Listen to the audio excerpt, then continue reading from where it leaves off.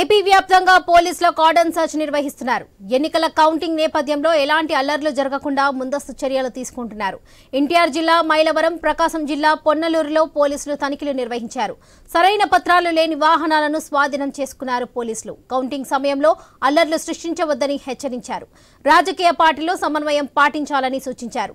Counting సమయంలో అల్లర్లు సృష్టిస్తే కఠిన చర్యలు తీసుకుంటామని పోలీసులు వార్నింగ్ ఇచ్చారు.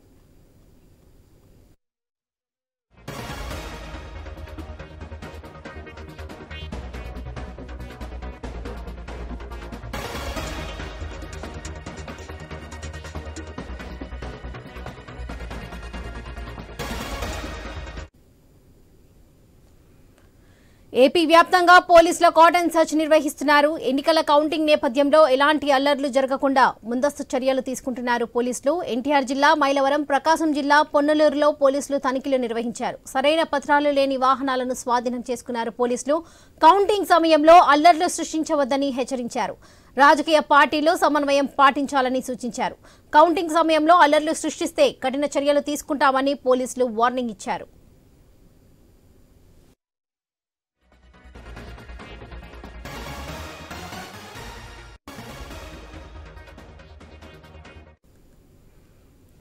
ఏపీ వ్యాప్తంగా పోలీసుల కార్డన్ సర్చ్ నిర్వహిస్తున్నారు. ఎన్నికల కౌంటింగ్ నేపథ్యంలో ఎలాంటి అల్లర్లు జరగకుండా ముందస్తు చర్యలు తీసుకుంటున్నారు. ఇదే విషయంపై మరింత సమాచారం మా ప్రతినిధి హరీష్ అందిస్తారు.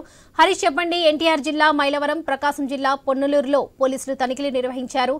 సరైన పత్రాలు లేకుండా కూడా వాహనాలను స్వాధీనం చేసుకుంటున్నారు పోలీసులు. దీనికి సంబంధించిన డీటెయిల్స్ ఏంటి? సార్వత్రిక ఎన్నికల పోలింగ్ ముగిసిన తర్వాత ఇక కౌంటింగ్ పైన అందరి దృష్టి నెలకొన్నటువంటి నేపథ్యంలో ఈ నేపథ్యంలోనే ఏదైతే 3 జిల్లాల్లో జరిగినటువంటి ఘటనల ఆధారంగా సిట్ ఏర్పాటు చేయడం, సిట్ ఏర్పాటు చేసిన తర్వాత రాజకీయంగా అటు అధికార పరంగా కూడా ఈ వ్యవహారం తీవ్ర సంచలనంగా మారినటువంటి సిచ్యువేషన్ కనిపిస్తుంది.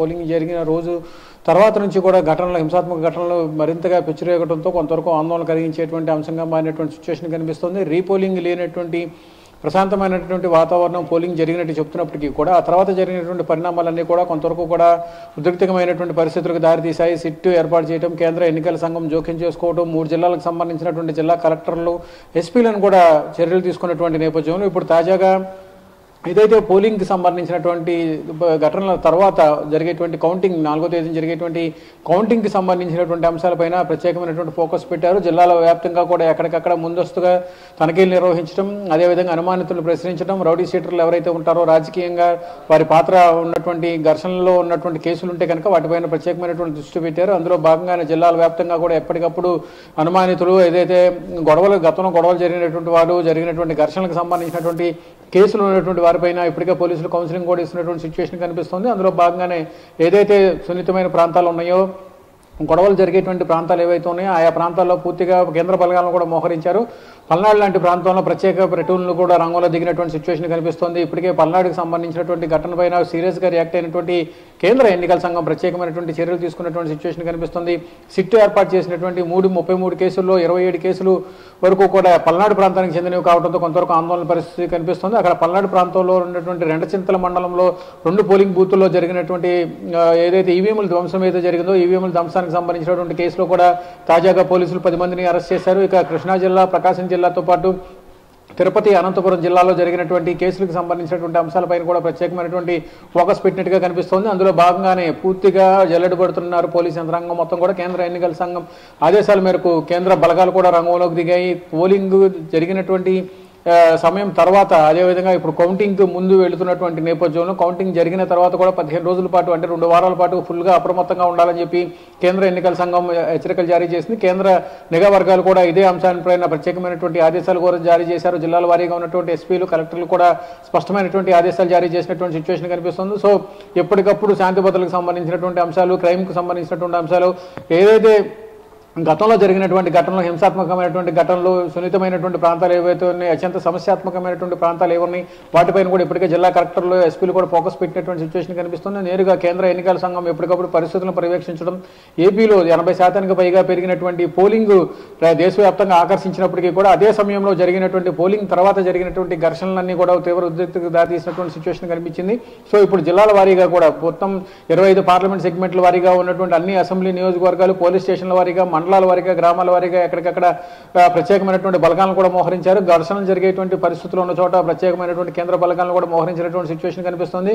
కౌంటింగ్కి మరికొన్ని రోజులు మాత్రమే గడువు ఉన్నటువంటి నేపథ్యంలో కౌంటింగ్ జరిగిన తర్వాత ఎవరైనా కావచ్చు, కౌంటింగ్ జరిగిన తర్వాత 2 వారాల పట్టుకు కూడా కొంతవరకు ఉద్రిక్తమైనటువంటి వాతావరణం ఉండేటువంటి పరిస్థితి కనిపిస్తుంది. గెలిచినటువంటి పార్టీలు, ఓడిపోయినటువంటి పార్టీలు, వారికి సంబంధించినటువంటి హింసాత్మకమైనటువంటి ఘటనలు, అదేవిధంగా ఏదైతే రాజకీయ పరంగా ఉన్నటువంటి విభేదాలు ఏవైతే ఉన్నాయో అవన్నీ కూడా మళ్ళీ తెర మీదకు వచ్చేటువంటి అవకాశం ఉంది. అందులో భాగంగానే ముందస్తుగా హెచ్చరికల నేపథ్యంలో కేంద్ర ఎన్నికల సంఘం కూడా అప్రమత్తమైనటువంటి సిచ్యువేషన్ కనిపిస్తుంది. సో ఇదే అంశాలపైన ఇప్పటికే జిల్లా కలెక్టర్లు, ఎస్పీలకు కూడా క్లియర్గా కేంద్ర ఎన్నికల సంఘం నుంచి కూడా ఆదేశాలు వెలువడ్డాయి. ఇదే అంశం పైన సిఈసి ఏపీ కూడా ప్రత్యేకమైనటువంటి ఫోకస్ పెట్టింది. నిరంతరం ప్రతిరోజు కూడా కమాండ్ కంట్రోల్ రూమ్ల ద్వారా ఎక్కడైతే స్ట్రాంగ్ రూమ్లు ఉన్నాయో స్ట్రాంగ్ రూముల దగ్గర ఉన్నటువంటి సిచ్యువేషన్స్ని వెబ్ కెమెరాలు, వెబ్కాస్టింగ్ ద్వారా, అదేవిధంగా సీసీ కెమెరాల ద్వారా నిత్యం మానిటరింగ్ చేస్తున్నారు. ఆ గ్రామాల్లో ఏర్పాటు చేసినటువంటి పోలీస్ స్టేషన్ల వారీగా ఉన్నటువంటి ఘటనలపైన కూడా ఎప్పటికప్పుడు వాకప్ చేస్తున్నటువంటి పరిస్థితి కనిపిస్తుంది. ఈ అంశాలపైన పల్నాడు, అదేవిధంగా ప్రకాశం, అదేవిధంగా తిరుపతి, అనంతపురం జిల్లాల్లో జరిగినటువంటి ఘటనలు ఏవైతే ఉన్నాయో వాటిపైన కూడా ప్రత్యేకమైనటువంటి ఫోకస్ పెట్టారు. ఇప్పటికే సిట్ టీంకి సంబంధించినటువంటి నాయకత్వం కూడా ప్రాథమికమైనటువంటి నివేదిక ఇచ్చినటువంటి నేపథ్యం ఫైనల్గా మరో నివేదిక ఇచ్చేటువంటి అవకాశం ఉందన్నటువంటి ఒక ప్రచారం కూడా జరుగుతుంది. ఈ మొత్తం అంశాలన్నీ కూడా రాష్ట్ర వ్యాప్తంగా కూడా కొంతవరకు ఉద్రిక్తమైనటువంటి పరిస్థితులు దారితీసినటువంటి నేపథ్యంలో జిల్లాల వారీగా ఉన్నటువంటి పరిస్థితులను ఎప్పటికప్పుడు అంచనా వేసుకుంటూ భద్రతకు సంబంధించినటువంటి అంశాలను బలగాలను కూడా రంగులను దింపుతున్నారు. సమస్యాత్మక ప్రాంతాలు ఉన్నప్పటికీ లేనప్పటికీ కూడా ప్రతి గ్రామంలోనూ, ప్రతి పట్టణంలోనూ కూడా కేంద్ర బలగాలతో ఫ్లాగ్ మార్చ్ నిర్వహించడం ద్వారా అక్కడ ఉన్నటువంటి సిచ్యువేషన్స్ని పూర్తిగా కంట్రోల్ చేయాలన్నటువంటి ఒక ప్రధానమైనటువంటి అంశంపైన ప్రత్యేకమైనటువంటి ఫోకస్ పెట్టారు.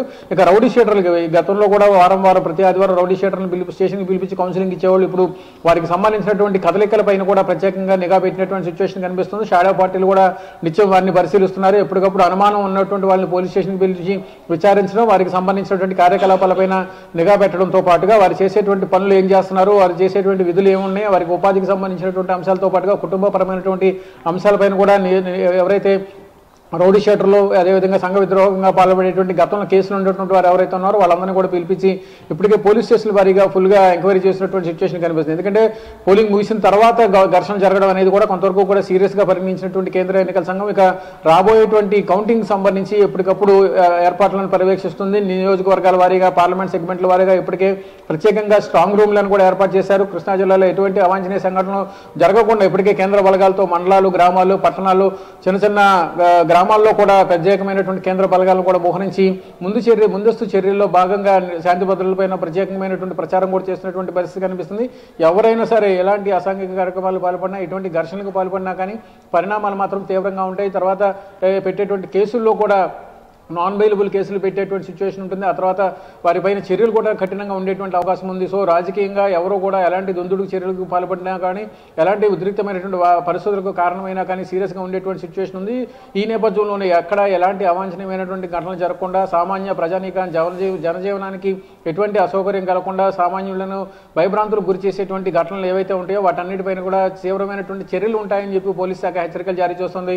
ప్రజల్లో పూర్తిగా భరోసాని, నమ్మకం కలిగించేందుకు, అదేవిధంగా స్ట్రాంగ్ రూమ్స్కి సంబంధించి పూర్తిగా భద్రత ఏర్పాటు చేసేందుకు ఇప్పటికే కేంద్ర బలగాలు కూడా రంగంలో దిగినటువంటి నేపథ్యంలో విజయవాడతో పాటుగా జగ్గేపేట, అదేవిధంగా తిరువూరు, న్యూజివీడు ప్రాంతాల్లో కూడా భారీ ఎత్తున పోలీసు బలగాలను మోహరించారు. ఇటేపు పెడన, అదేవిధంగా మచిలీపట్నంలో కూడా కేంద్ర బలగాలు మోహరించినటువంటి సిచ్యువేషన్ కనిపిస్తుంది. ఉమ్మడి కృష్ణా జిల్లా వ్యాప్తంగా కూడా ఇప్పటికే కేంద్ర బలగాలు రంగంలో దిగే మొత్తం 6 కేంద్ర బలగాలు మొత్తం కృష్ణా జిల్లా, ఉమ్మడి కృష్ణా జిల్లాను ఏర్పాట్లు, భద్రతకు సంబంధించినటువంటి ఏర్పాట్లో ప్రత్యేకమైనటువంటి ఫోకస్ పెట్టారు. ఇక గుంటూరు జిల్లా, ఉమ్మడి గుంటూరు జిల్లా పల్నాడు ప్రాంతంలో ఉన్నటువంటి పరిస్థితులపై కూడా పోలీసు యంత్రాంగం ఫుల్ ఫోకస్ పెట్టినటువంటి సిచ్యువేషన్ కనిపిస్తుంది.